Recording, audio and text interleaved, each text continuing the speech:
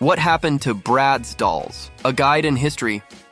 Bratz dolls are American-styled dolls and franchises designed by Carter Bryant for MGA Entertainment, which was a huge hit when they were first released in 2001. They are 10 inches tall dolls made of rigid vinyl for the head and bendable silicone for the legs and arms. Bratz dolls had a lot of unique features that made them more competitive in the doll industry. They were known for their edgy fashion sense, attitude, and diversity. The dolls quickly became a cultural phenomenon, and they even had their own animated TV show. But have you ever wondered what happened to those sassy and iconic dolls? Today we are going to talk about the history of Bratz dolls, their unique features, and what happened to them. I'll also be sharing some of my own personal experiences with Bratz dolls. Let's jump into the video.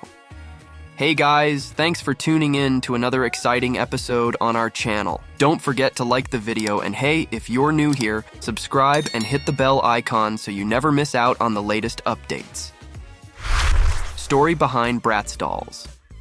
The story of Bratz dolls starts in 2001 when a guy named Carter Bryant came up with the idea for these dolls. He used to work for a company called Mattel, but he decided to work with another company called MGA Entertainment to make the dolls. This caused some legal problems because Mattel said the idea belonged to them. But eventually, in 2010, the court said that the idea wasn't covered by Carter's agreement with Mattel. The first 4 Bratz dolls were named Jade, Cloe, Yasmin, and Sasha. They came in a box with lots of cool stuff like backpacks, accessories for their hair, shoes, and really nice clothes. Each doll had its own skin color, hair type, and hair color. This was a way to show that people can look different and still be friends. The dolls became super popular, making about $2 billion in just 5 years. Because these dolls were so successful, MGA made 4 more dolls in 2002 and 2003. They also made a pair of twin dolls. Each doll was sold by itself, and sometimes with things that matched their style. MGA also made extra things like playsets, furniture,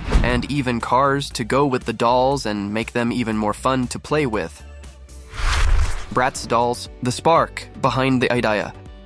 The idea for Bratz dolls came from a guy named Carter Bryant in 1999. He got the idea after seeing pictures of models and ads for Steve Madden. These models had unique looks with big heads and big feet, and that's what became the main idea for Bratz dolls. Carter first pitched the idea to Mattel, but they didn't like it, so he decided to work with another company called MGA Entertainment. That's where the first 4 Bratz dolls were created: Jade, Sasha, Cloe, and Yasmin. These dolls were different from other dolls because they had special looks and personalities. Carter wanted to be a fashion designer, but when he realized that might not work out, he chose to design Bratz dolls and their outfits instead. The Bratz dolls were an instant success. They were different from other dolls, and they appealed to a younger audience. In just a few years, Bratz dolls became one of the most popular toy brands in the world. However, Bratz dolls' success was not without controversy. Some people criticized the dolls for their unrealistic body proportions and their sexualized outfits. Others argued that the dolls promoted negative stereotypes about girls. Despite the controversy, Bratz dolls remained popular for many years. They spawned a successful animated TV show, a line of video games, and even a clothing line. In recent years, Bratz dolls have seen a decline in popularity. However, they still have a loyal following of fans, and who knows, maybe they'll make a comeback in the future.